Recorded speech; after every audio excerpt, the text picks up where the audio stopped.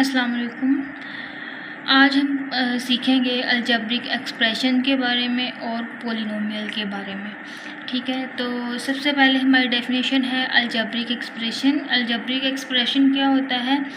Constants and variables when written together with operators form an algebraic expression. यहाँ पे constant का word use हो रहा है, वेरिएबल का वर्ड यूज़ हो रहा है। मैं आपको पिछले लेक्चर में ये कांस्टेंट्स और वेरिएबल्स के बारे में बता चुकी हूँ, लेकिन यहाँ पे मैं अगेन आपको बताऊँगी कांस्टेंट्स क्या होते हैं, वेरिएबल्स क्या होते हैं। कांस्टेंट्स होते हैं जो फिक्स वैल्यू होती है, वो कांस्टेंट्स होते हैं, और जो जिसकी वैल्यू चेंज हो सके, जो वेरी कर सके, या फिर जो अननोन होता है, उसको वेरिएबल कहते हैं। ठीक है, अब देखिए constants and variables when written together, कि कांस्टेंट्स और वेरिएबल्स को जब हम इकट्ठा राइट करते हैं, या हम ये कह सकते हैं कि उनका कॉम्बिनेशन विद ऑपरेटर्स। अब वो हमने उनको कंबाइन किसके थ्रू करना है? हमने ऑपरेटर्स के थ्रू कंबाइन करना है। ऑपरेटर्स कौन कौन से? Plus and minus. Form an algebraic expression, तो वो क्या बन जाती है? वो एक अलजेब्रिक एक्सप्रेशन बन जाती है। इसके एग्जांपल्स हम देख लेते हैं। सबसे पहले 3x है। यहाँ पे 3 जो है वो x का कोफिशिएंट है और x वेरिएबल है। यहाँ पे ओनली, अच्छा टर्म्स की बात भी हो जाए तो यहाँ पे ओनली 1 टर्म है, इसमें x और -2y 2 टर्म्स है, इसमें x square minus yz 2 terms है, और इसमें 3 टर्म्स है। अच्छा, इसमें 1 टर्म आ रही है तो ये भी अलजेब्रिक एक्सप्रेशन ही है। हम ये नहीं कह सकते कि यहाँ पे combination of variable and constants नहीं है, इसमें ऑपरेटर्स नहीं है, तो ये अलजेब्रिक एक्सप्रेशन नहीं है। ये एक टर्म वाली भी अलजेब्रिक एक्सप्रेशन होती है, एक से ज़्यादा भी अलजेब्रिक टर्म्स होती हैं। जैसे अब देखिए, इसमें x वेरिएबल है, -2 कोफिशिएंट है y का, तो x और 2y को कौन सा ऑपरेटर आपस में कंबाइन कर रहा है? माइनस का ऑपरेटर जो है वो आपस में इनको कंबाइन कर रहा है, एक रिलेशन बना रहा है इनका। तो x -2y क्या है? ये भी एक अलजेब्रिक एक्सप्रेशन है। इसके बाद है x स्क्वायर माइनस yz, इसमें x स्क्वायर और yz इन दोनों को कौन कंबाइन कर रहा है? ये माइनस का साइन कंबाइन कर रहा है। ये भी एक अलजेब्रिक एक्सप्रेशन है, इसमें सारे वेरिएबल्स ही यूज़ हो रहे हैं।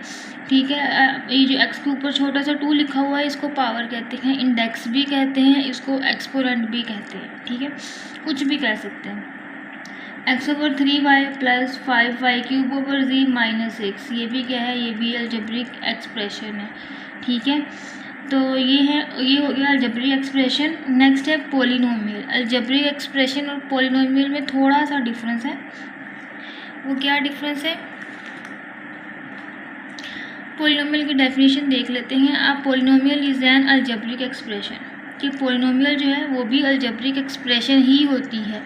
अब आगे की कंडीशन क्या है? कंसिस्टिंग ऑफ 1 और मोर टर्म्स, जो एक या एक से ज़्यादा टर्म्स पर मुश्तमिल होती है। In each of which the exponent of variable is 0 और अ पॉजिटिव इंटीजर।